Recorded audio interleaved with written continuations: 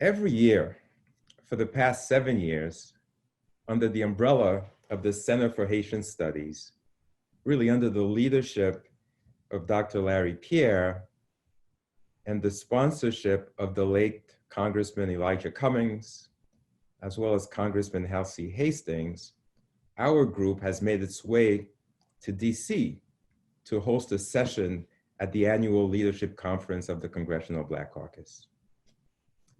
This year, although COVID-19 has kept us away from DC, with the help of technology and the commitment really of Congressman Hastings, we have the opportunity once again to host our session.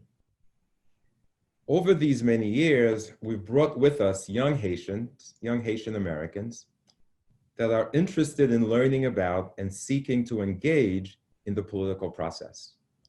We've organized meetings with members of Congress on Capitol Hill to advocate on behalf of Haiti.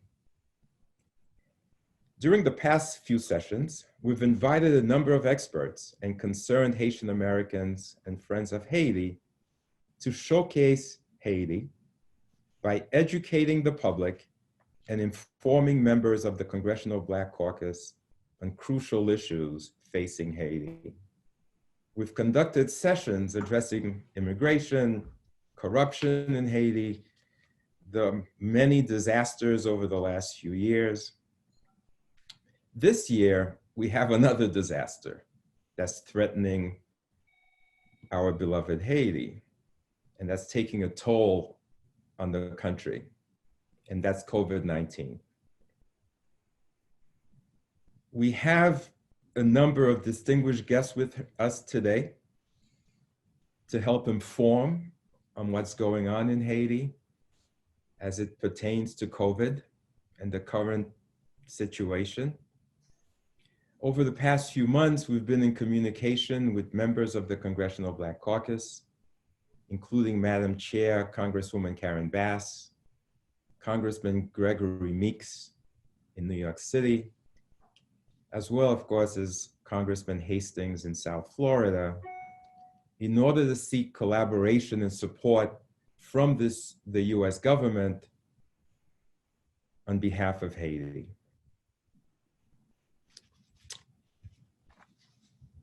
Next, I'd like to introduce Dr. Henry Ford, who is really a supporter of everything that is Haiti, a great supporter of the country. We in South Florida in particular, I think, but the Haitian diaspora in general, are so proud to have him as the Dean of the University of Miami School of Medicine. And I'll have Dr. Ford introduce a very special guest today. So Henry, please go on. Well, thank you so very much, Dr. Austin. It is truly a privilege for me to introduce our guest speaker today, Dr. Jean-William Papp, better known as Bill Papp. He's the Howard and Cal Holtzman Professor of Clinical Medicine at Weill Cornell Medical College in New York and director of the Centre Gestion in Port-au-Prince, Haiti. Dr. Papp was born and raised in Port-au-Prince, Haiti, and attended secondary school there. After graduating from the most prestigious secondary school, he went to Columbia University, where he graduated in 1971 with a Bachelor of Science degree. He then matriculated at Cornell, where he obtained his MD degree in 1975, and then completed his residency in internal medicine and infectious disease at Cornell prior to returning to his native country in 1980. And since his return, he has had just an amazing impact on the healthcare system and on the health of the Haitian people.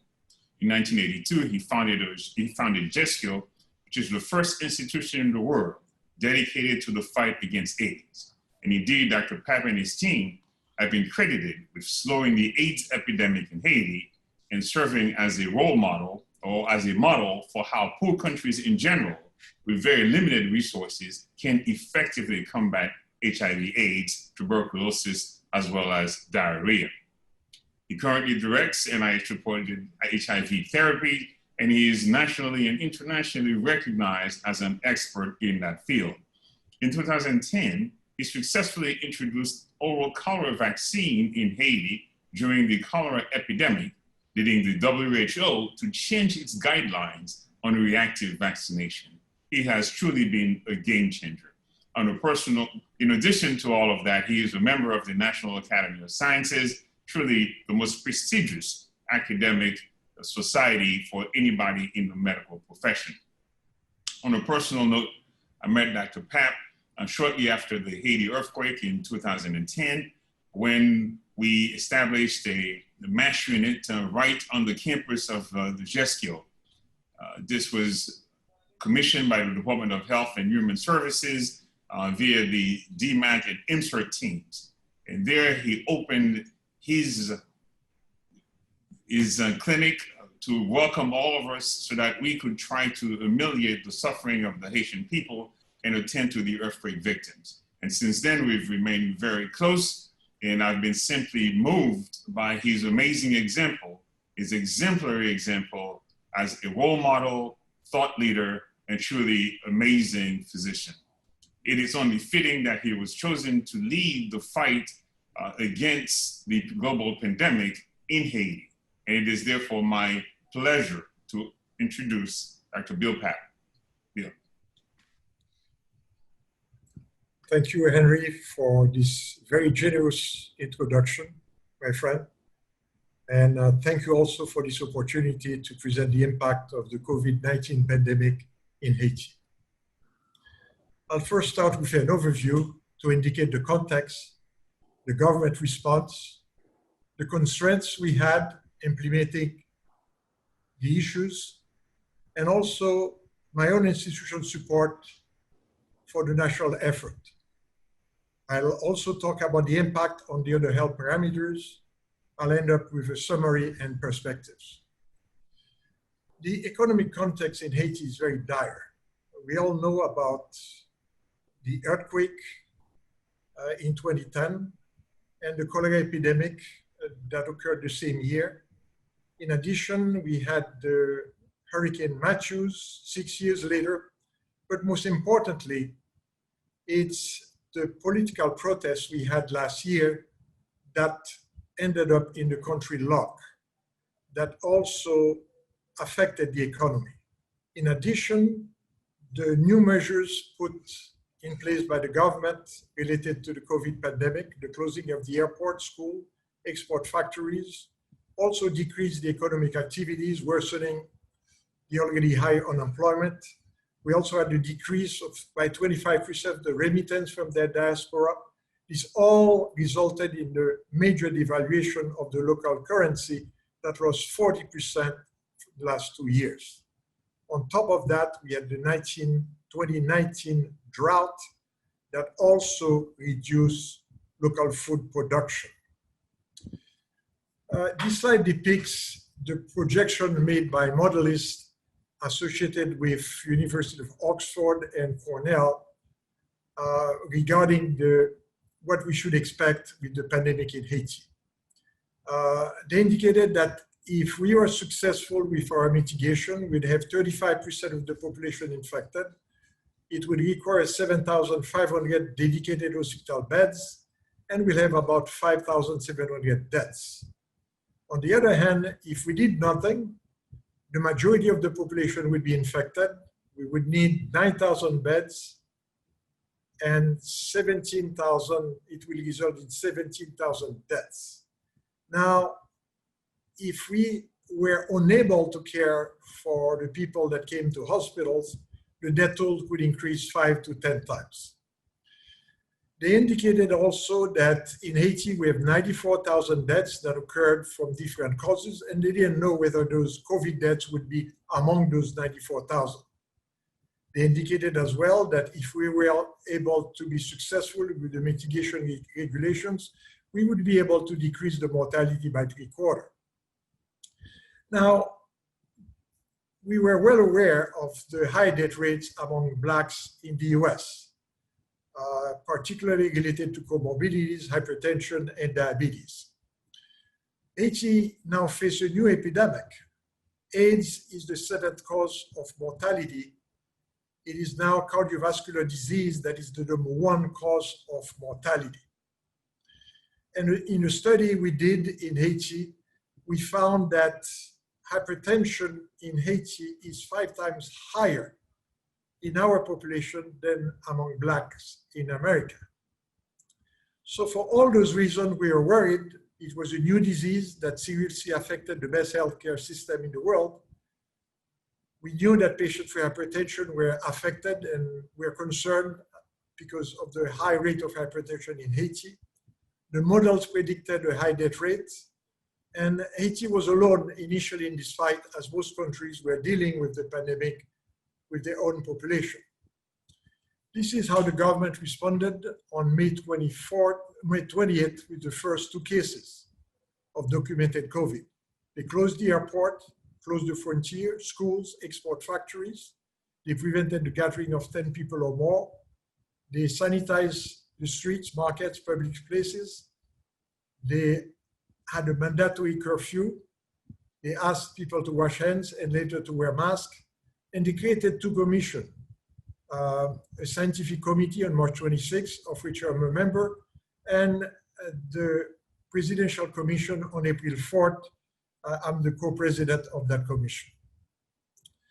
Our task was first to prepare a unique national integrated operating plan, and we really focused on 2 things. First, the management of COVID patients to save as many lives as possible. Secondly, to develop and promote a communication plan for behavioral changes and community mobilization. We had to create a center for crisis management. We put all the key people in one single room. We assembled all the documents produced by other agencies. We found there were 2 different plans with different budgets.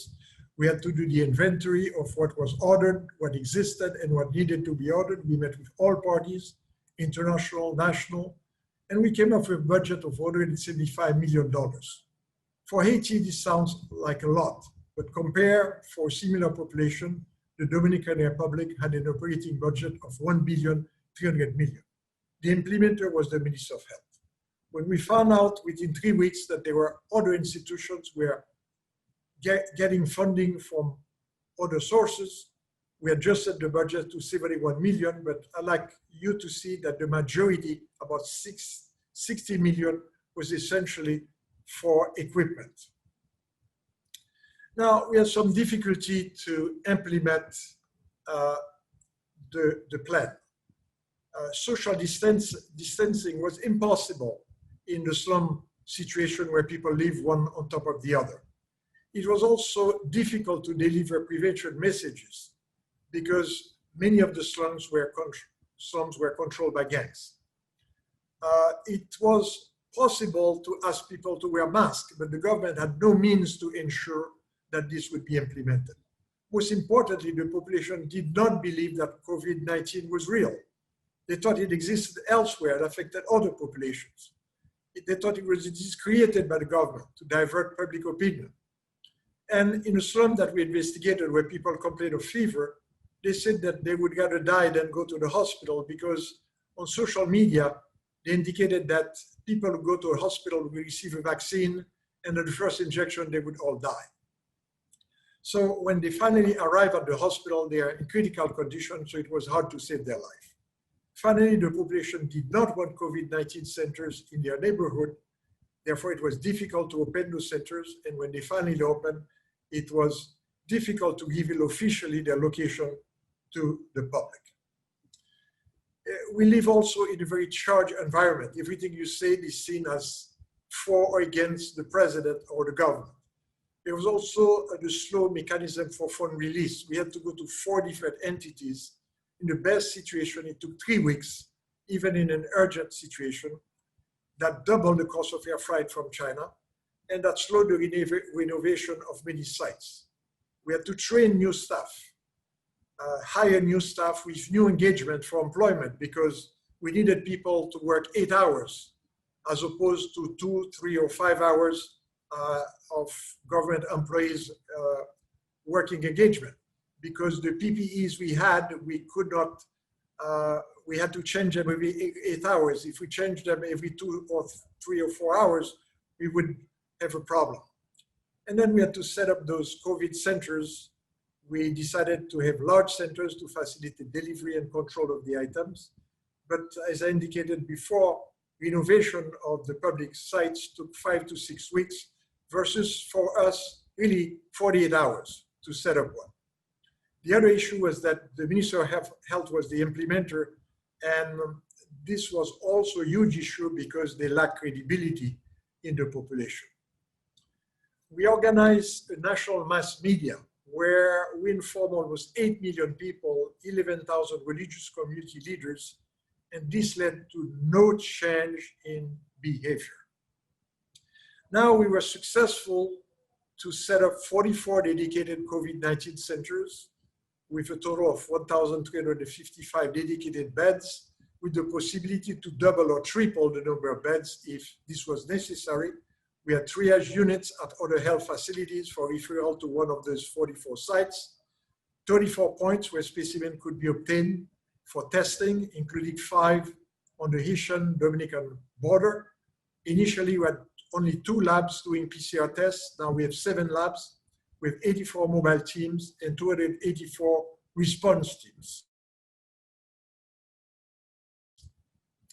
These slides depict the rate of occupancy in different departments in the country.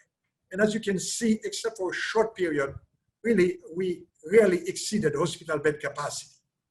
And we wondered, actually, looking at those slides, if we didn't reach the peak of the epidemic in many of the departments. This slide shows the experience of our own institution because we're involved in testing. We're the only other testing site beside the National Laboratory. We had 2 care centers. We provided all the training for the Minister of Health. And we also had sought the peak of the epidemic by setting a program where we would test early all the 2,000 daily patients who come to our centers. So anyone who had a COVID sign and symptom was tested.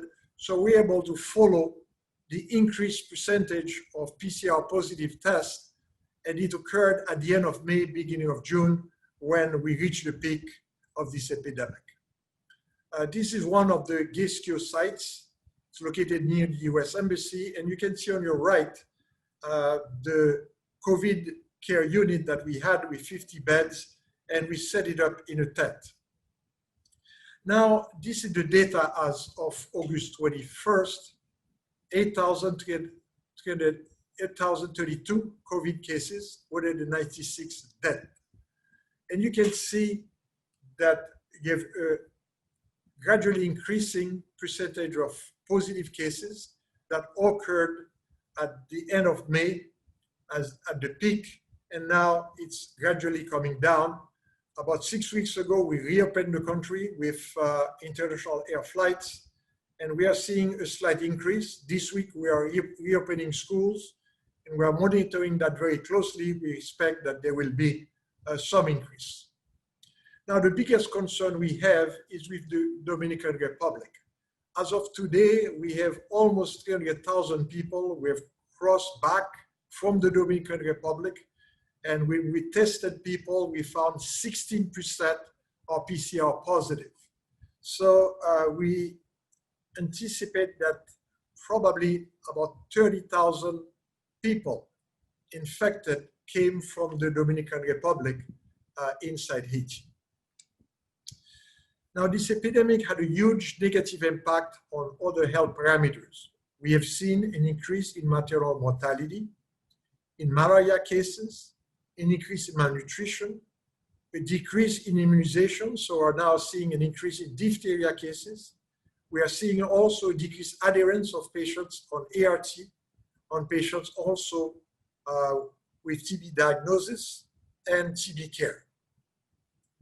So in summary, the state of the epidemic, we believe that we've reached the peak in the West Department and perhaps in many other departments of the country.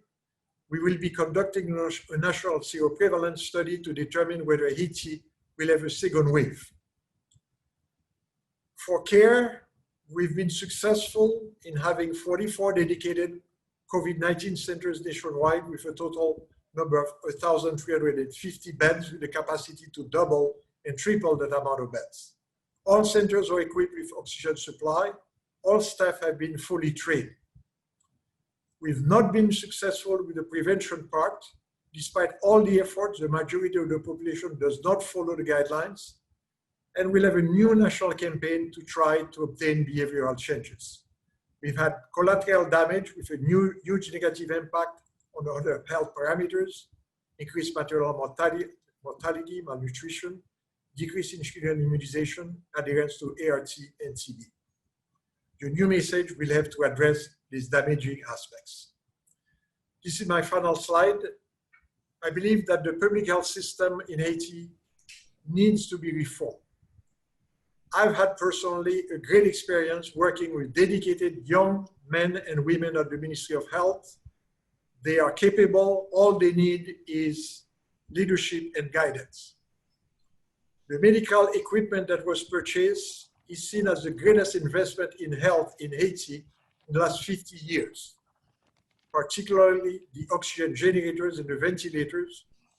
But those could be used post-COVID provided, and I say provided, we have a maintenance plan for at least 5 years in place that we don't have, that we have training in the use of ventilators and other critical care equipment, and this is where I rely on the University of Miami and also the Haitian Medical Association. There is a grant that was submitted recently to USAID, and I hope will be successful. We've had a major negative impact on other health parameters, far more damaging than COVID-19. In spite of all the information sensitization, the expected behavioral change did not occur. We need to keep a tight control on the evolution of the pandemic, particularly as we reopen the country and as we continue having cases from the Dominican Republic. Why was Haiti spared and the entire Caribbean spared in some ways? I think the country's young age structure is important, and perhaps other factors like previous experience with other coronavirus. We are investigating that right now. Finally, we must balance the risk of COVID-19 deaths versus greater risk of closing the economy. We need a smart approach to protect those at highest risk while keeping the economy open as much as possible. Thank you very much. Thank you, Dr. Pop, for this very, very instructive talk on the state of COVID-19 in Haiti and really of the healthcare system in general. Since this is a virtual event, we're going to limit the questions to the three doctors who are also here with us today. So it's going to be Dr. Pierre, Dr. Ford, and myself asking the questions that potentially would have and should be asked by an audience. Since I'm moderating this, I give myself the prerogative of asking the first question. Dr. Pop, I'm a huge fan of what I call the ask.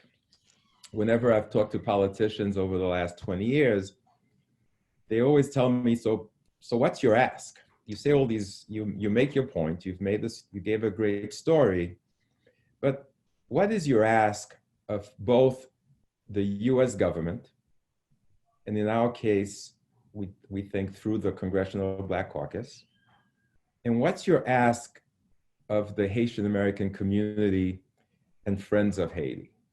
So it's a two-part question.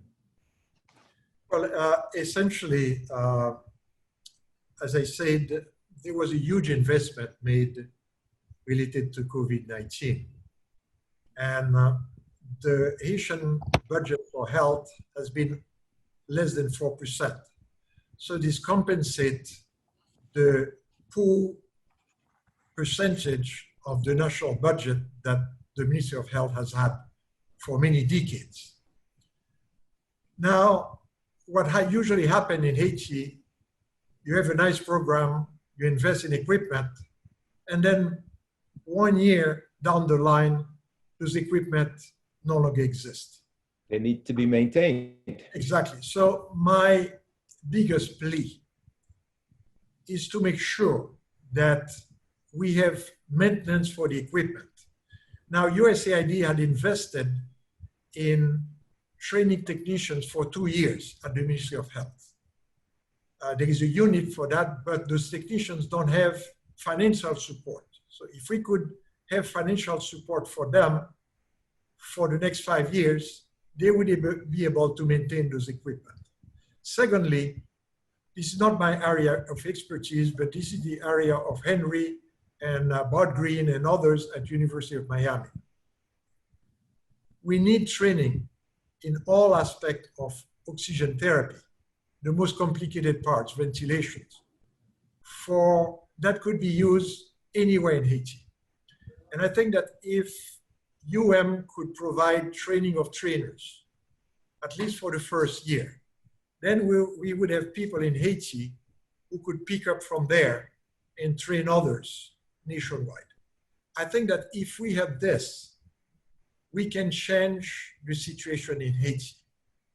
Very clearly, it would be a huge difference because the equipment would be operational and there would be people who know how to use them. Very good. Dr. Pierre?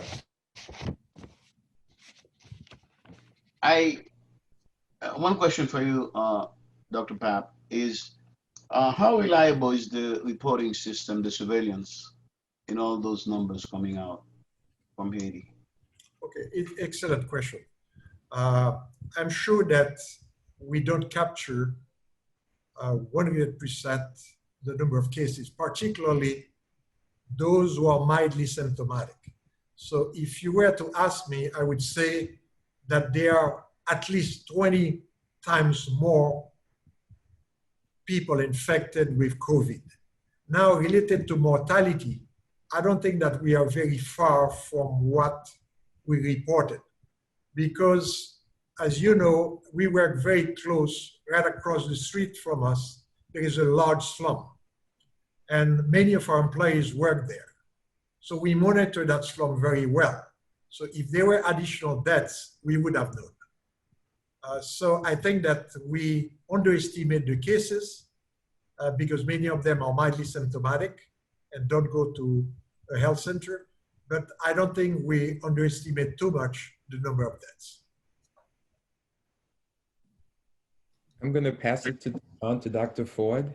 Sure. For the next question. So Bill, as usual, very inspired by the presentation and the interventions and, of course, the results.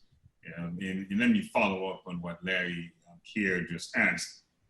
Indeed, it's striking that the observed versus predicted prevalence of the disease, incidence of infections, and the number of deaths was markedly lower than what we anticipated. Having said that, do you believe that it's the early mitigation, like closing down the airport once you had the first 2 cases isolated, that may have limited the spread of the disease, of the pandemic within the country? Because we know, as you mentioned from the very beginning, that social distancing is problematic given the economy.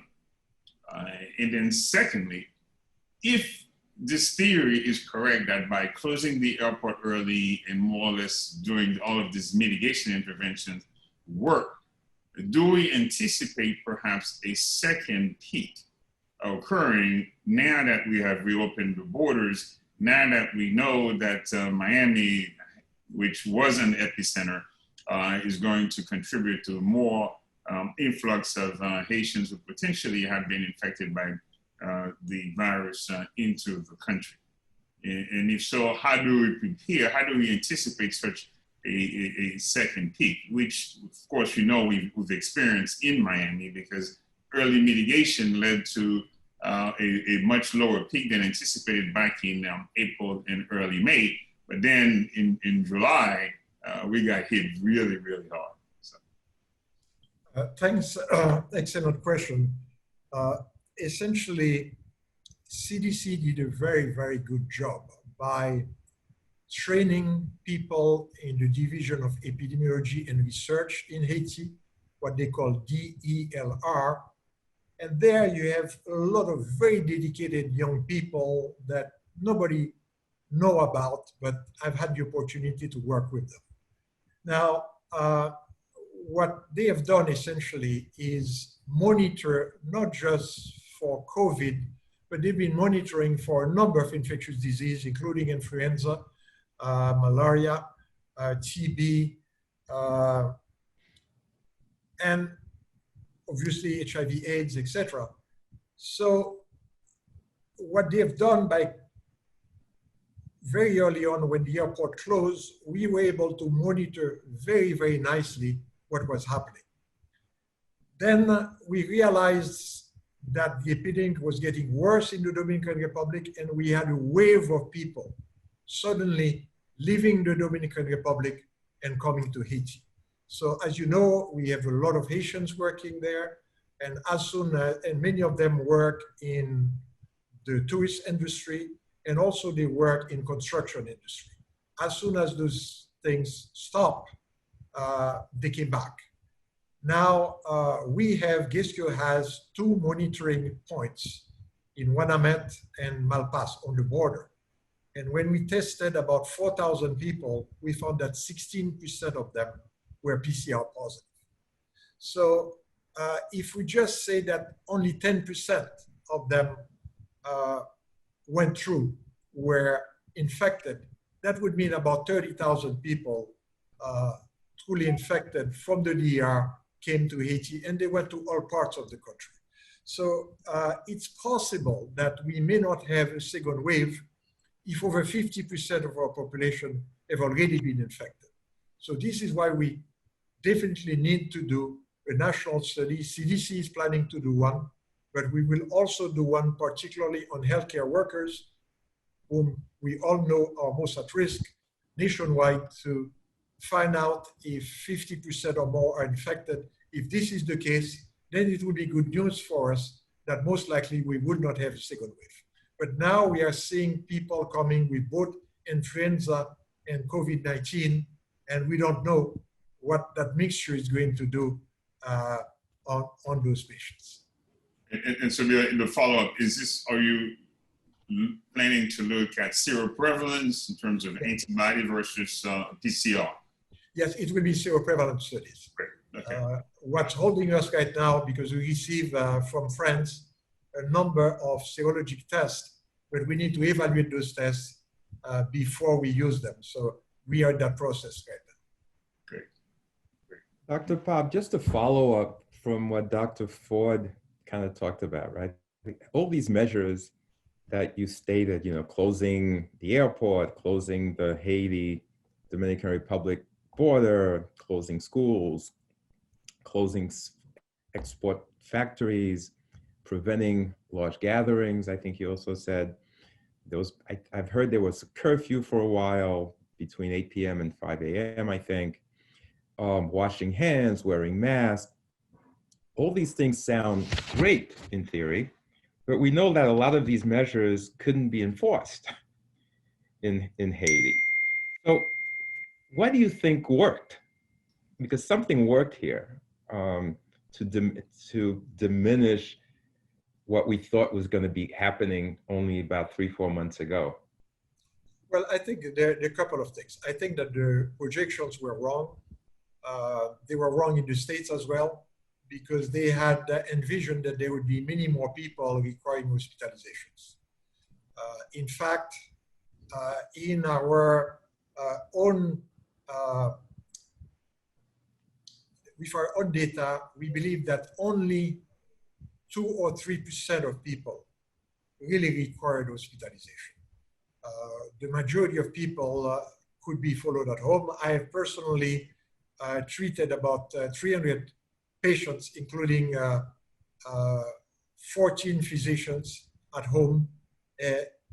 Very few of them required hospitalization. So I think that this is probably what happened. The other thing also is that without us knowing, because the majority of people are mildly symptomatic, the disease most likely has infiltrated inside most slums without us knowing, because people in slum talk about a fever, a small fever.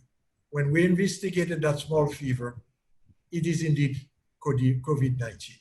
Now, why did they have only a small fever and not the full course of the disease? We had very few people, including some young people who unfortunately arrived too late with an oxygen saturation below 50. Those we could not save.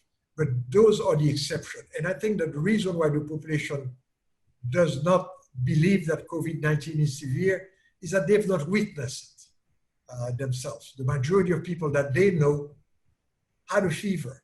So they are not sure what we're talking about. We're talking about a strange disease that they've not witnessed. Very interesting. Dr. Pierre?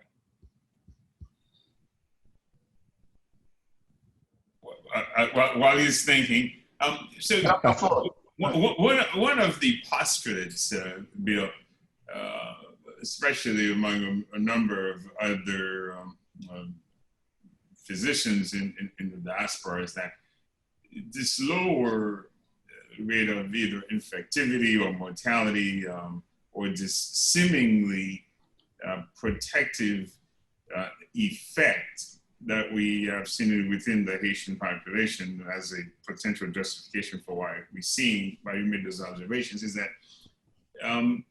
many people may have been exposed to the BCG vaccine, and that may have conferred some degree of immunity against the coronavirus. And as an infectious disease specialist, I've been dying to pick your brain about this theory and its validity. And now I get to do it. I have indeed heard about it as well. And my concern is that many Haitians who live overseas, in Miami, New York, have received BCG and they were not protected. Now, unless it required that you live in a challenging environment where you have constant exposure to TB, but I don't think that this will necessarily pan out. My own theory is that perhaps, coronavirus causes some kind of flu. So it's possible that we were exposed, and not just us. If you look at the entire Caribbean, the Dominican Republic has a lot of cases, but very few deaths. Puerto Rico doesn't have a lot of deaths. Jamaica, Cuba. So I think that it's possible that we may have been exposed to other type of more benign coronavirus, and perhaps those viruses provided us some type of protection. But what clearly I think is important is the age structure. In Haiti, only 5% of people are over 65 years of age. So I think that the age structure is probably the number one factor. And then there are other factors down the line. We also noted that in Equatorial Africa, they have the same situation as what we have here, in some part of the Middle East as well. So we are wondering what's happening. Could it also be that we have a weakened strain that is as infectious, but is not as severe? That's also a possibility. So we are isolating strains also so that we could look at that. But regardless, we are very happy of the outcome. And I look at the modelists like the weather forecasting. They said that you should have, you're expecting a category 5. Now, instead of that, we got a storm. We are very happy with that. And we hope it stays like that and doesn't change from a storm to a category 1, 2, or 3, because it would be hard for us to sustain that here. Well said. Absolutely. Well, Dr. Papp, thank you so very much. I think we're very thankful mostly to have a leader in the infectious disease field worldwide available to the Haitian people and to lead the effort in trying to mitigate the possible horrors of this disease. Does anybody have anything else to say? Otherwise, I'm going to close it up. Well, I want to echo what you just expressed. I don't think it's a form of hyperbole to say that the success in combating the global pandemic in Haiti, the fact that we saw the limitation, the spread of the disease, it's not a mere coincidence. I think the leaders of this fight have a lot to do with the overall outcome. And I think Dr. Papp's leadership was pivotal because he is the person who would get on the radio stations, the television, to really proselytize and make people understand the seriousness of this problem. And I know in many instances, people, for the most part, took it very seriously. Those who could not, they couldn't, but all the other circumstances may have played a factor. But without top leadership and without respected leadership, it would have been very, very hard for us to achieve the results that we've seen in the country. So I thank you for your dedication. I thank you for your commitment to the Haitian people and for always being such an exemplary role model for all of us. Thank you, Bill. Thank you, Henry. I just say we've been very lucky, that's all. Not surprising you to be so modest. But I so agree with Dr. Ford. I mean, leadership matters, whether it's in healthcare, with you leaders, or in politics, which I will not necessarily get into.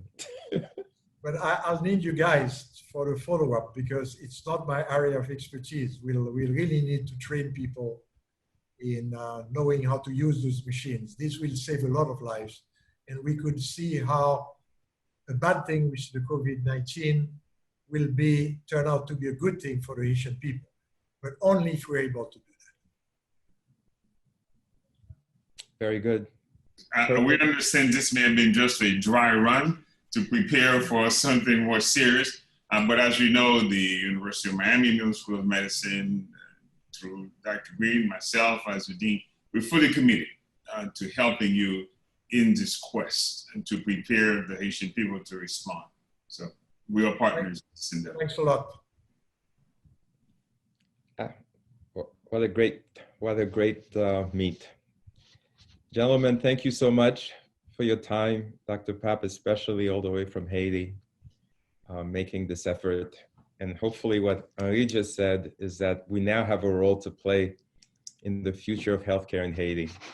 And you've given us the path forward. So thank you so very much on behalf of Dr. Pierre and the Center for Haitian Studies. Thank you. Thank you. Stay well, everybody. Thank you.